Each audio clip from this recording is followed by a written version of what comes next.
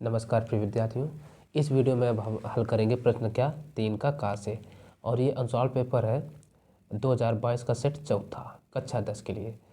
तो हल करते हैं सवाल नंबर तीसरे का जो है कह रहा है सिद्ध कीजिए कि √2 एक अपरिमेय संख्या है। और इसके बाकी के जो भाग हैं उसको आप चैनल की प्लेलिस्ट पर जा कर के देख सकते हैं, या तो इस वीडियो के डिस्क्रिप्शन बॉक्स में भी वो वीडियो देख सकते हैं। ठीक है, तो देखने के लिए आप क्लिक ज़रूर करना एक बार।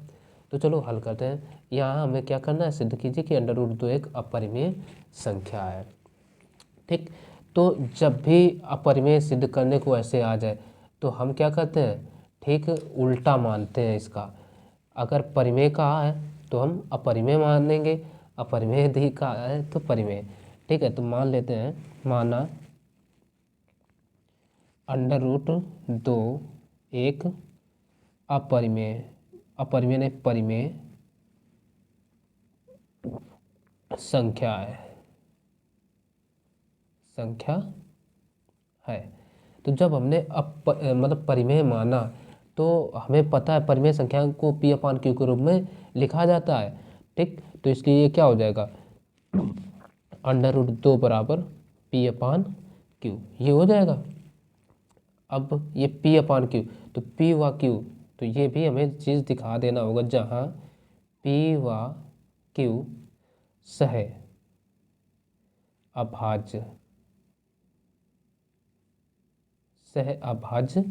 पूर्णांक है।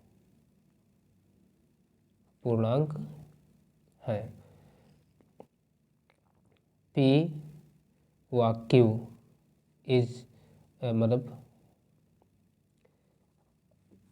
व Q is not equal to 0, ये है।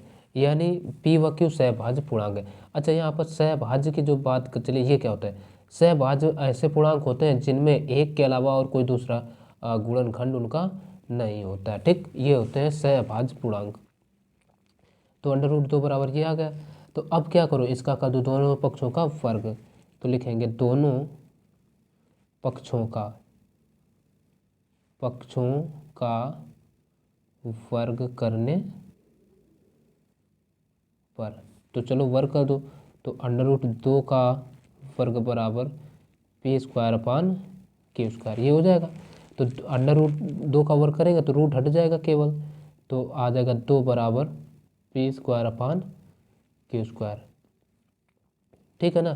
तो इसी को या Q को यहाँ भेज दो, 2 को यहाँ ले आओ, तो दैट इम्प्लाइज Q² बराबर P²/2। इसी को समीकरण 1 मान लो, ये हो गया।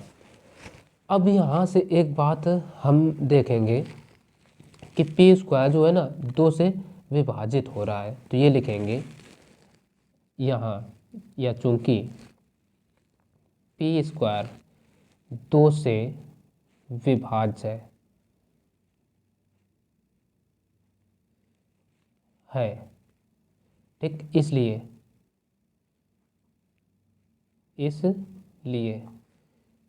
P भी 2 से विभाज्य होगा। अच्छा भाई, ऐसा क्यों कहा, इसको स्टेटमेंट ए दे देते हैं। अब जैसे मान लो, हम जैसे मान लेते हैं 100 जो है ना, ये 10 का वर्ग होता है, ये 5 से विभाज्य है। 5 से कर दें तो कितना आ जाएगा, मान लो 5 दूना 10, 20 आ गया। तो इसका वर्ग मूल जो भी होगा, ठीक 100 किसका, 10 का वर्गमूल होता है, वर्ग होता है मतलब, तो इस 10 भी 5 से विभाज्य होगा कि नहीं होगा, 2 बार में। इसी तरीके से आप कोई भी संख्या ले सकते हैं एग्जाम्पल के तौर पर, तो ये कंडीशन बनती है। ठीक, तो अब ये चीज़ समझ में आ गई।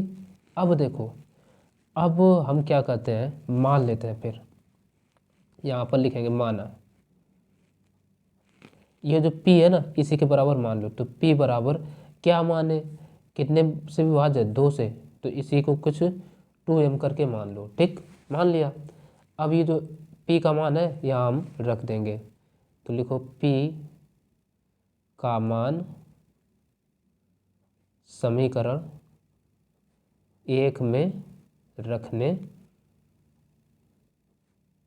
पर, तो रख देंगे तो ये क्या आ जाएगा, क्यू स्क्वायर बराबर पी के स्थान पर क्या रखना है 2m, तो 2m का होल स्क्वायर और पूरक बटे कितना है 2, तो ये हो जाएगा। तो यहाँ से क्यू स्क्वायर बराबर 2m का वर्ग करो तो 4m स्क्वायर बटे 2, 2 से ये कटा 2 बार में, तो अब यहाँ से क्या आ गया क्यू स्क्वायर बराबर 2m स्क्वायर, तो यहाँ से m स्क्वायर का मान निकाल लो, तो ये m स्क्वायर बराबर कितना आ जाएगा क्यू स्क्वायर बटे 2, ठीक, ये ना गया।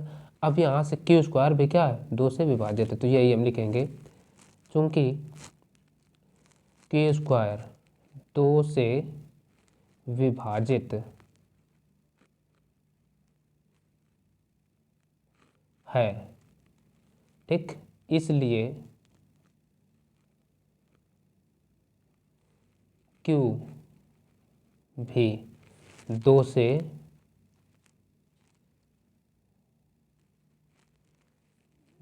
से विभाजित होगा, नहीं होगा लिखो, ठीक है ना, ठीक, ये बात बन गई। इसको कह दो स्टेटमेंट हमारा ये हो गया अभी। तो अब ये ए और बी से हम देखें पी और क्यू का दोनों का एक गुणनखंड क्या है 2 है, तो हम कह सकते हैं कथन ए व बी से पी व क्यू दोनों 2 से विभाज्य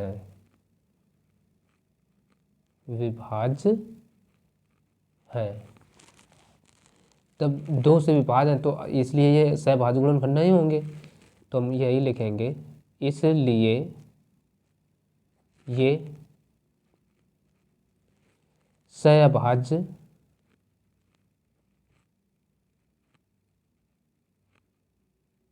अभाज्य नहीं है, ठीक, सहभाज्य नहीं है, जो कि विरोधाभास है, जो कि विरोधाभास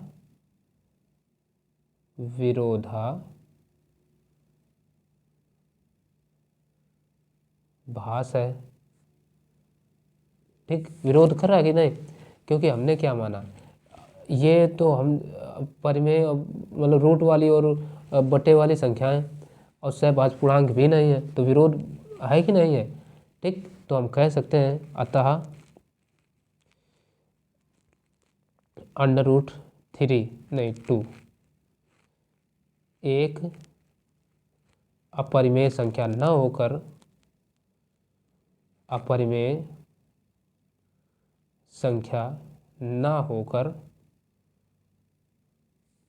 परिमेय न होकर, ठीक है ना, होकर अपरिमेय संख्या है, अपरिमेय संख्या है, और यही हमें प्रूव करना था, तो इसमें ये इस तरीके का बहुत सारा लिखना पड़ता है, ठीक, और ये प्रूव्ड जरूर लिख देना है लास्ट में आकर के, ठीक है। तो आशा है ये सवाल आपको भी समझ में आया होगा अच्छे से। तो अब देखेंगे अगला सवाल। अब देखो कह रहा है निम्नलिखित समीकरण निकाय को विलोपन विधि से हल कीजिए, तो हमें इस तरीके से ये 2 समीकरण दिए हैं, विलोपन विधि से हल करना है। तो हल करने के लिए जब कहे कि इस विधि से ही हल करना विशेष रूप से, तो हमें करना होगा। तो पहला जो समीकरण दे रखे हैं वो है x/2 + 2y/3 + 1 = 0, ठीक, ये क्या, अभी हम इसको समीकरण 1 ना दे करके क्या करते हैं, 1 को इधर भेज देते हैं, तो ये आ जाएगा x/2 + 2y/3 = -1, पक्षांतर करने पर ये आ जाएगा, ठीक, इसको अभी भी 1 नहीं दे रहा है, अब क्या करो एलसीएम लेके इनको छोटा बड़ा कर लो। तो अब देखो एलसीएम इसका इधर गुणा इसका इधर करा देते हैं, तो 3 एकम 3 3x + 2 दूना 4y बटे नीचे नीचे गुणा 3 दूना 6 = -1, अब 6 का इधर गुणा करा दो तो ये आ जाएगा 3x प्लस का 4y बराबर 6 कम 6 माइनस के 6। ठीक, समीकरण 1 ये बना। अब दूसरा देखो क्या दिए, उसको भी लिख लूँ यहीं पर। तो दूसरा है x minus y by 3 is equal to 3। तो इसका एलसीएम ले लो, इसको पक्षांतर करना ही नहीं है, इसका इधर गुणा। तो ये 3x माइनस वाई बटे 3 बराबर 3, तो 3 का इधर गुणा, तो ये आ जाएगा 3x माइनस वाई बराबर 3 तिरका 9। समीकरण 2। अब क्या करो, समीकरण 1 और 2 को हल कर लो। हल करने का मतलब क्या है, 1 में 2 को घटा दो, यही हम लिखे दे रहे हैं। समीकरण 1 व 2 को हल करने पर तो चलो हल करते हैं। तो पहला दे रखे हैं 3x प्लस का 4y बराबर माइनस के 6, और दूसरा है 3x माइनस वाई बराबर 9। तो अब अगर इनको हम गौर से देखें तो इनके x के गुणांक सेम है, गुणांक सेम है, तो घटाने पर ये कट जाएंगे, ठीक है ना। तो घटाने पर हम चिन्ह बदलेंगे, माइनस ये प्लस हटाया, माइनस हटाया, मतलब ये माइनस था प्लस और यहाँ माइनस, और इधर हम लिख देंगे घटाने पर। ठीक, तो ये कट गए, तो इधर क्या बचा 4 में दोनों मतलब 4 1 5 हो गए, 5y बराबर 9 6 15 माइनस के 15। तो यहाँ से y बराबर कितना आ जाएगा, माइनस 15 बटे 5, 5 एकम 5 5 3 15, यानी y बराबर आ गया माइनस का 3। अब ये जो y का मान है इसको समीकरण हम 2 में रखेंगे। ठीक, तो लिखते हैं y का मान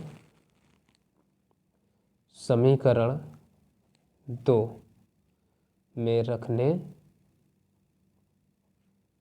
पर। अच्छा, 2 में ये क्यों रख रहे हैं, क्योंकि 2 छोटा है।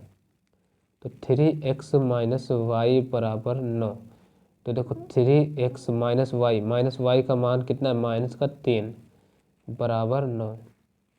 तो देखो 3x, ठीक, प्लस माइनस माइनस का गुणा प्लस हो जाएगा, 3 बराबर 9, 3 को इधर भेज दो तो इधर बचेगा 3x बराबर 9 माइनस का 3। ठीक, इधर आएगा माइनस का आ जाएगा, तो यहाँ से x बराबर 9 में 3 के बचे 6, 6 बटे 3, 3 एकम 3, 3 दूना 6। तो यहाँ से जो x का मान आया वो x बराबर आ गया 2। तो हम इधर देख सकते हैं, अतः x बराबर 2 कामा y बराबर -3। यही इसके हो गए सवाल के आंसर। ठीक है, तो अब अगला नंबर सवाल। अब देखते हैं अगला नंबर सवाल। जो अगला नंबर है वो कि देखो क्या कहता है, कह रहा है वह अनुपात ज्ञात कीजिए जिसमें x अक्ष बिंदुओं a -4,3 और b 5,2 को मिलाने वाले रेखाखंड को विभाजित करता है। हमें अनुपात ज्ञात करना है। तो देखो सबसे पहले इसलिए ये एक चित्र बना रखा है, तो कहा है कि वह अनुपात ज्ञात कीजिए जिसमें x अक्ष ये क्या है, ये हमारा x अक्ष है, x अक्ष, और इधर का क्या होता है x डैश अक्ष। ठीक, तो ये x अक्ष हो गया, यानी ये एक कोई रेखा है। ठीक, इसको ये x अक्ष काट रहा है, काट तो y को रहा है, y को लेकिन निगलेक्ट किया है समझाने के लिए, ठीक है ना। तो ये x अक्ष को काट रहा है, बिंदु a और ये b है। तो a और b पर कोई बिंदु, यहाँ x अक्ष पर वो बिंदु है p के निर्देशांक हमने मान रखे x, 0। तो क्योंकि जब यहाँ पर कोई बिंदु स्थित होंगे तो उस स्थिति में क्या x का ये मान होगा, y का तो 0 रहेगा, क्योंकि 0 पर y x पर तो चलेगा नहीं, यहाँ से पर है ना।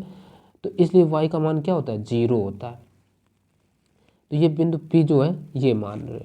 तो अब ये जो P बिंदु है किस अनुपात में विभाजित कर रहा है, ये अनुपात हमें बताना है। तो मान लेते हैं ये m और ये अनुपात जो होगा n, ऐसे हमने मान लिया। तो अब ये दो बिंदु हो गए x1, तो इसको हम क्या करें, x1 मान लें, इसको y1, इसको x2, इसको y2। तो अब ये पता होना चाहिए, अगर m अनुपात n में कोई बिंदु है विभाजित होता है, तो ध्यान रखिए m अनुपात n के अनुपात में विभाजित करने वाले बिंदु P के निर्देशांक बराबर क्या होते हैं, m x2 plus n x1 अपान m प्लस एन, कामा m y2 plus n y1 अपान m प्लस एन। ये सूत्र होता है। तो इसी सूत्र में हमें क्या करना है, मान रख देना है। अब एक बात ध्यान दो, हमें x का मान तो पता नहीं है, तो अनुपात हम ज्ञात नहीं कर सकते। हम किस में मान रखते हैं, y यानी का y(x) का मान पता है कि 0 है, तो वो उसके बराबर करा देंगे। ठीक, तो यानी हम इसको एक बार फिर से समझाने के लिए लिख सकते हैं x, 0 यानी बिंदु P के निर्देशांक x, 0 माने, तो x, 0 बराबर m x2 plus n x1 अपान m प्लस n, कामा y के m y2 plus n y1 अपान m प्लस n। ये अब x का मान तो पता नहीं है, हमें ज्ञात केवल अनुपात करना है, तो इसको छोड़ दो, इसको और इसको अब बराबर करा लो। तब यहाँ से हम क्या करें, 0 बराबर m y2 का मान रख दो, 2 है, तो इंटू 2 प्लस yn और इंटू y1 का मान देखिए ये है -3, तो -3 अपान m प्लस n का 0 में गुणा करा दो, तो ये 0 बराबर आ जाएगा 2m माइनस 3n, तो 3n को इधर ले आओ, तो ये क्या हो जाएगा 2m बराबर 3n, ये हो जाएगा। तो n को इसके बटे ले आओ, 2 को इसके बटे भेज दो, तो m अपान n बराबर 3/2 आ जाएगा। तो यहीं से अगर हम अनुपात निकालें, तो इसलिए m अनुपात n बराबर कितना आ जाएगा, 3/2, और यही तो हमसे पूछा गया था, अनुपात ही, जो कि आंसर आ गया। ठीक है, तो हम लिखते हैं आंसर। तो अब अगला नंबर सवाल देखेंगे।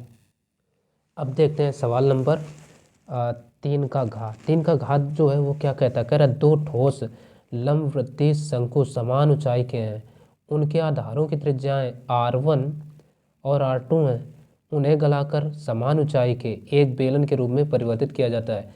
तो सिद्ध कीजिए कि बेलन के आधार की त्रिज्या बराबर r1 square upon r2 square upon 3 under root के भीतर ये है। ठीक, तो सवाल ये बहुत ही बढ़िया है, ये मान के चलिए। ठीक है, तो इसकी हमें भाषा समझना है। क्या कहा, 2 ठोस लंबवृत्तीय शंकु समान ऊंचाई के हैं। समान ऊंचाई का मतलब इसकी भी h है, इसकी भी h है। ठीक, और आगे क्या कहा, उनके आधारों की त्रिज्याएं r1 और r2 हैं। तो आधार की त्रिज्या पहले वाले के हमने r1 मान ली और इसकी r2 मान ली। ठीक, फिर आगे क्या कहा है, उन्हें गलाकर समान ऊंचाई के, तो उन्हें गलाकर समान ऊंचाई के, यानी जितनी ऊंचाई इनकी दोनों की है उतनी ऊंचाई इसकी भी है। ठीक है, तो वही हुई समान ऊंचाई। समान ऊंचाई के एक बेलन में परिवर्तित किया जाता है, तो इन दोनों को गला दिया गया और ये बेलन बना दिया गया।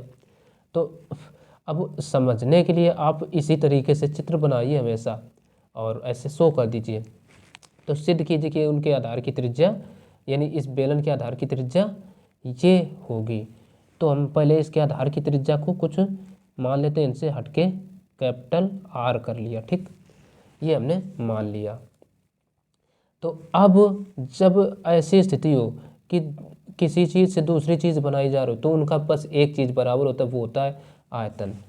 ठीक है, तो हम क्या लगा देते हैं सूत्र, तो यहाँ से होगा ये जो नया बेलन होगा, तो बेलन का आयतन बराबर होगा दोनों शंकुओं का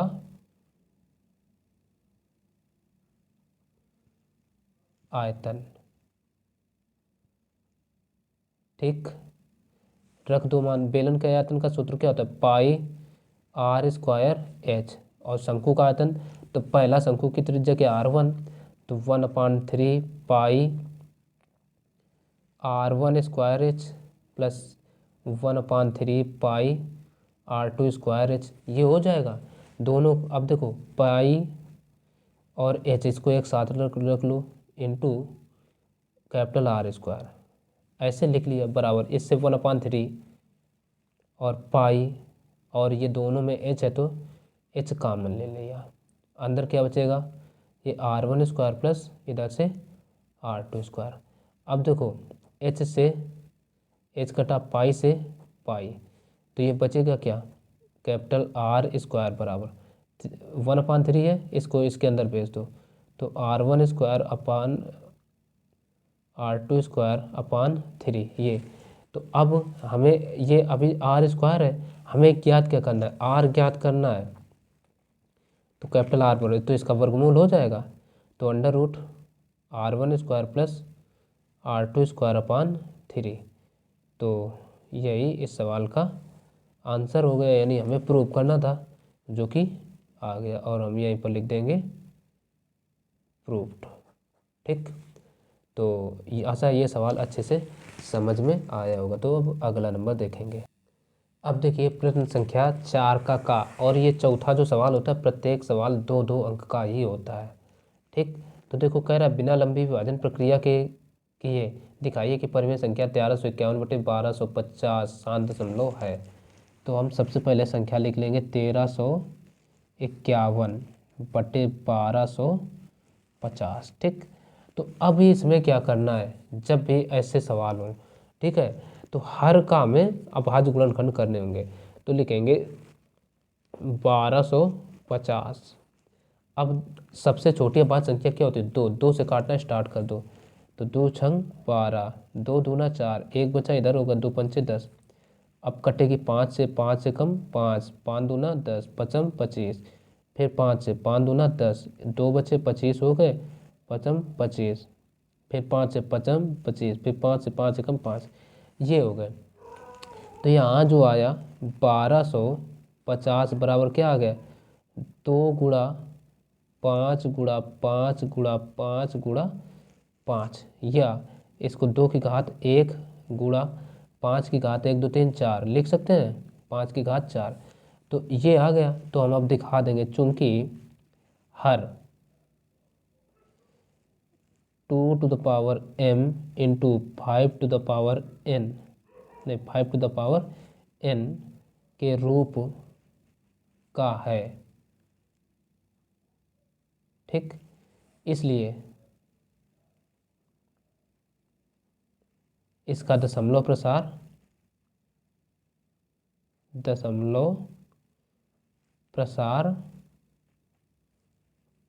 शांत होगा। ठीक है, यही केवल इतना हमें बताना था।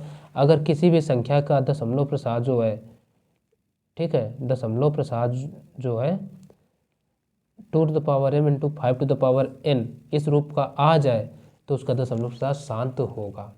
ठीक, ये ध्यान रखिए। अगला सवाल क्या कह रहा है, कह रहा है द्विघात समीकरण 3x square minus 2√6x plus 2 बराबर 0 के मूल गुणनखंड विधि द्वारा हल कीजिए। गुणनखंड विधि द्वारा हल करना है, तो ये है प्रश्न संख्या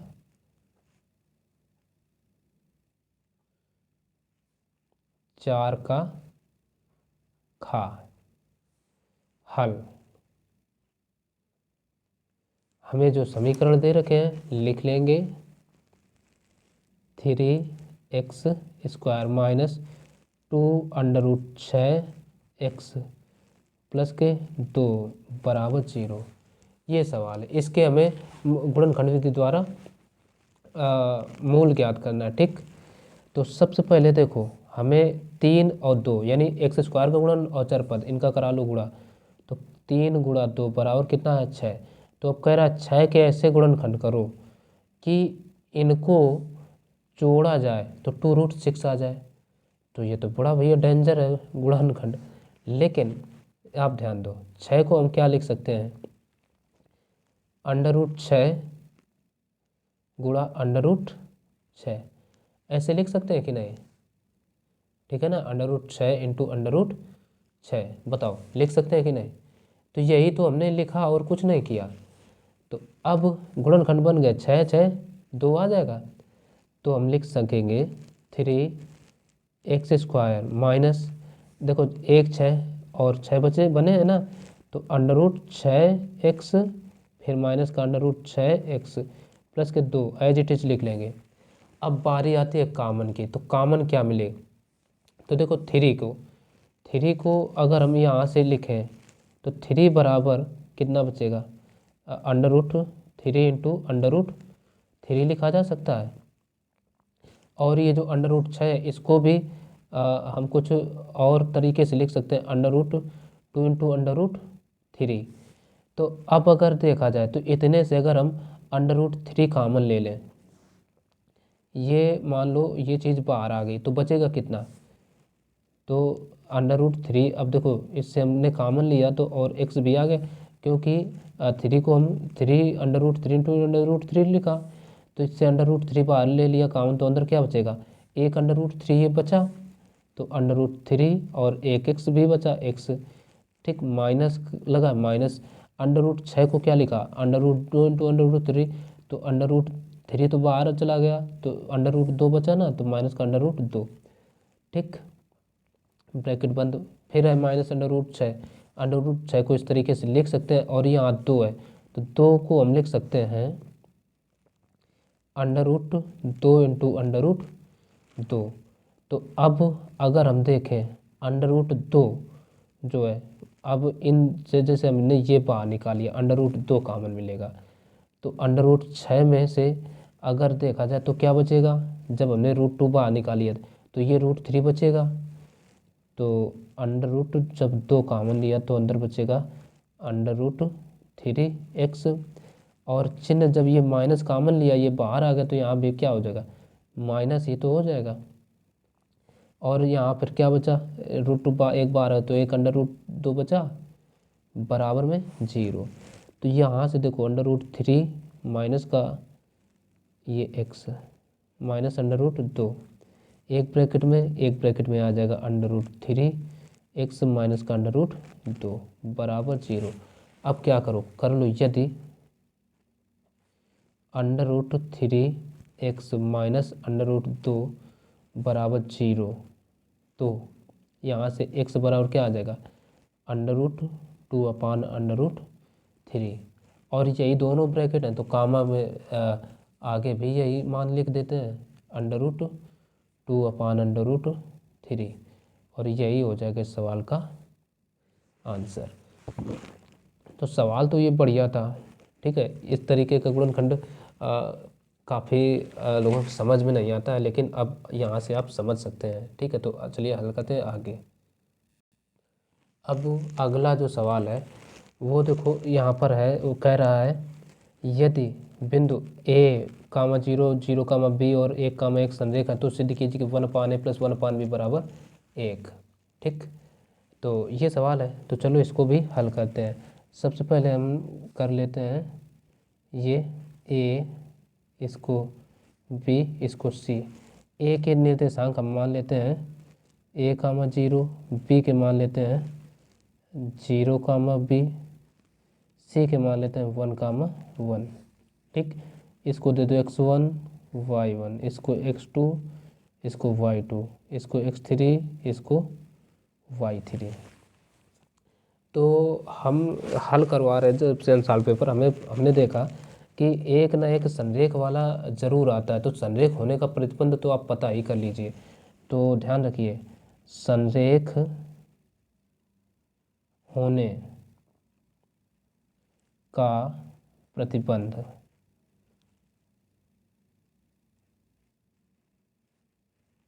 जो होता है वो होता है x1 into y2 minus y3 plus x2 into y3 minus y1 plus का x3 into y1 minus y2 बराबर 0। या ऐसी कंडीशन में जो त्रिभुज का छेदफल होता है वो 0 के बराबर होता है, बस ये ध्यान रखो, ठीक।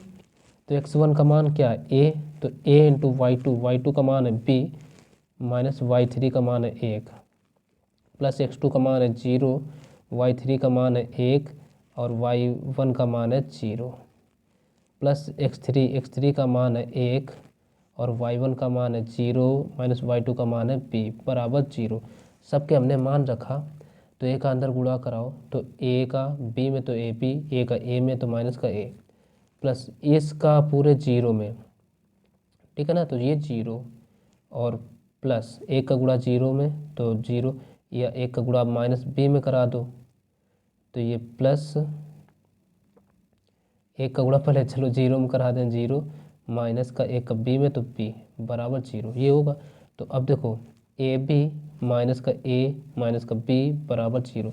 अब a माइनस b को इधर ले आओ तो ये a प्लस का ये b बराबर इधर क्या बचेगा ए बी। अब क्या करो दोनों पक्षों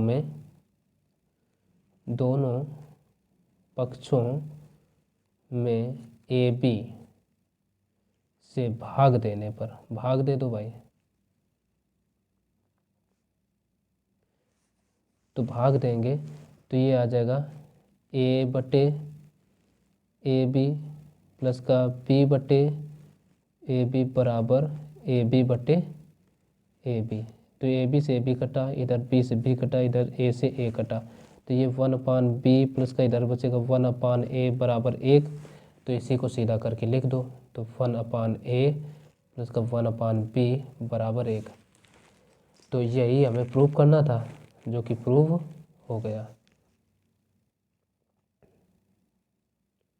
ठीक, तो आशा है ये वीडियो आपको पूरा का पूरा अच्छे से समझ में आया होगा। तो आगे के जो सवाल होंगे अगले वीडियो में बताएंगे। तो चलिए मिलते हैं फिर अगले वीडियो में, तब तक के लिए नमस्कार।